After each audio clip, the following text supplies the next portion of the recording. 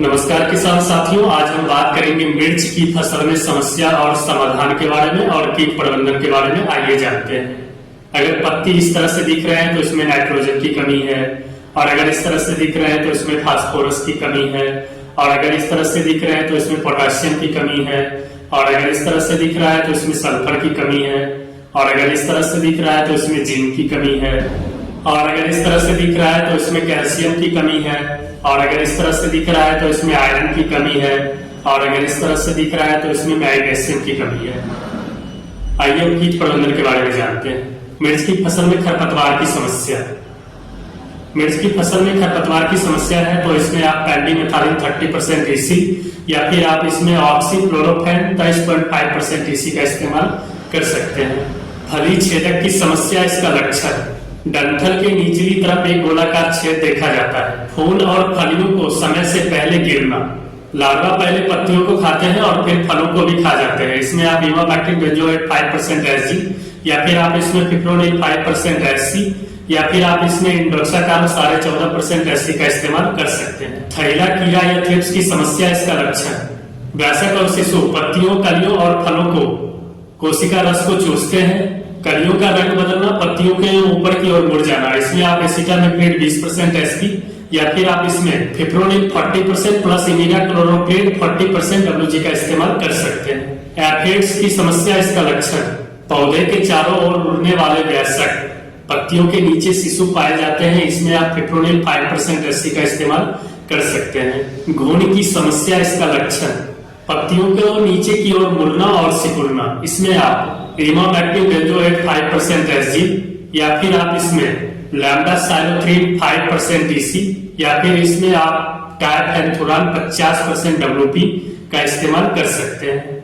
तंबाकू कैटरपिलर की समस्या, इसका लक्षण नए निकले लार्वा पत्ती के हरे पदार्थ को बिखेर देते हैं। पत्ती कागज जैसे सफेद दिखती है। इसमें आप इमामेक्टिन बेंजोएट 5% SG या फिर आप इसमें इंडोक्साकार्ब 14.5% SC या फिर फिप्रोनिल 5% SC का इस्तेमाल कर सकते हैं। सफेद मक्खी की समस्या, इसका लक्षण क्लोरोटिक धब्बे, पत्तियां भंगुर हो जाती है और समय से पहले गिर जाती है। इसमें आप एसीफेट 75% SP का इस्तेमाल कर सकते हैं। गॉल मीज की समस्या, इसका लक्षण कीड़े के बच्चे फूलों की कलियों और फूलों की कोमल फलों के अंडाशय को खाते हैं। इसमें आप लैम्डासाइलोथ्रीन 5% EC का इस्तेमाल कर सकते हैं। गिर जाना की समस्या, इसका लक्षण मिट्टी से बाहर आने से पहले ही विघटित हो जाते हैं।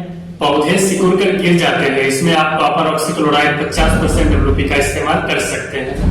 फल सड़न की समस्या, इसका लक्षण इस रोग को डायरेक्ट कहा जाता है। फसल में फूल आ रहे होते हैं और फूल झड़ जाते हैं। इसमें आप कॉपर ऑक्सीक्लोराइड 50% WP का इस्तेमाल कर सकते हैं या फिर आप इसमें एजोक्सिस्ट्रोबिन 11% प्लस टेबुकोनाजोल 18.3% SC का इस्तेमाल कर सकते हैं या फिर आप इसमें कैप्टन 70% प्लस हेक्साकोनाजोल 5% WP का इस्तेमाल कर सकते हैं। मैजोक रोग की समस्या, इसका लक्षण पत्तियों पर हल्के या गहरे रंग के धब्बे और फलों पर पीलापन। इसमें आप एसीफेट 75% SP या फिर आप इसमें फिप्रोनिल 5% SC का इस्तेमाल कर सकते हैं।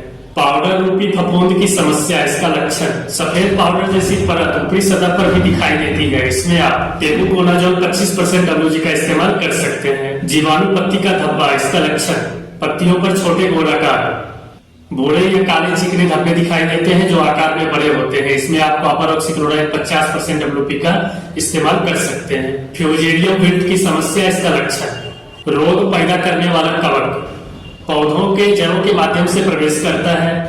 पौधों को जड़ से लेकर के पत्तियों तक को प्रभावित करता है। इसमें आप मैक्रोजेब 75% WP का इस्तेमाल कर सकते हैं। पत्तियों का मुड़ना, इसका लक्षण पत्तियों का मुड़ना, सिराओं का मोटा होना और सूख जाना, पौधों का विकास रुक जाना। इसमें आप एसीफेट 75% SP का इस्तेमाल कर सकते हैं। एस्कोएस्पोरा पत्ती धब्बा, इसका लक्षण पत्ती के भूरे किनारे और गोलाकार धब्बे दिखाई देते हैं। धब्बे बड़े हो जाते हैं, पत्तियां पीली होकर के गिर जाती है। इसमें आप कार्बनडाजिम 50% WP का इस्तेमाल कर सकते हैं।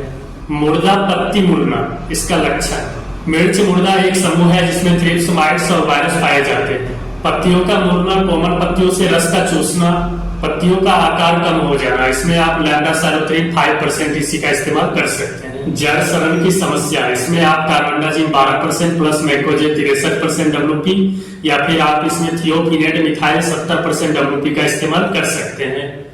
वृद्धि विकास ग्रोथ के लिए आप गोची प्लस और राजदा का इस्तेमाल कर सकते हैं। बेहतर फसल के साथ बेहतर उत्पादन करेगा, मिट्टी के टेम्परेचर को मेंटेन रखेगा, साथ ही साथ मिट्टी को स्वच्छ, भुरभुरी एवं मुलायम रखेगा, फसल को हरा भरा रखेगा और मजबूत रखेगा। बेहतर फसल के साथ बेहतर उत्पादन भी देगा। इसमें आप गोची प्लस और राजदा का इस्तेमाल कर सकते हैं। जड़ों का विकास के लिए आप कैरिगोल्ड का इस्तेमाल कर सकते हैं। जितना बढ़िया जड़ का विकास होगा उतना बढ़िया आपकी फसल होगी। किसी भी फसल में जड़ों का ही सबसे बड़ा महत्व होता है, क्योंकि पौधों को जड़ ही पोषक तत्व और पानी खींच करके देता है। इसलिए जितना बढ़िया जड़ उतना बढ़िया आपका फसल। वृद्धि विकास ग्रोथ के लिए अगर टॉनिक के रूप में आप इस्तेमाल करना चाहते हैं तो इसमें आप गोची सुपर का इस्तेमाल कर सकते हैं।